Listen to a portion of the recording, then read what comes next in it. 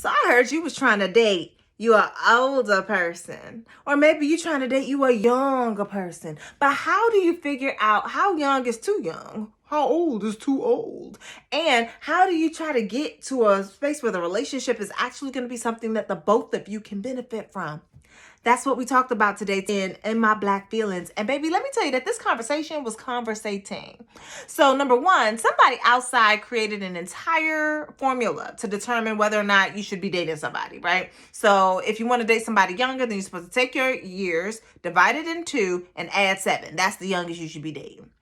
And then on the other end, if you're thinking about dating somebody older than you, you're supposed to take your years, subtract 7, and multiply by 2, and that's the oldest that you go. What age they are plays a bigger role in how successful the relationship will be. Because when you're young and in a relationship with an older person, you miss out on key things from your youth in order to be the type of adult that they are at their age.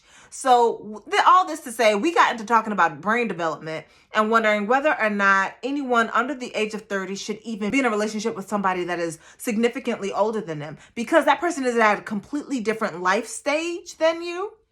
And because there are key things in your development that you are going to be missing out on. As we know, the brain develops from the back to the front, and that prefrontal cortex and understanding all those daggone decisions that you're trying to make, that doesn't come to fruition. Your brain is not fully developed until you're 25 to 30. So if you're younger than that and you're dating somebody 10, 15, and 20 years your senior, what development are you missing out on?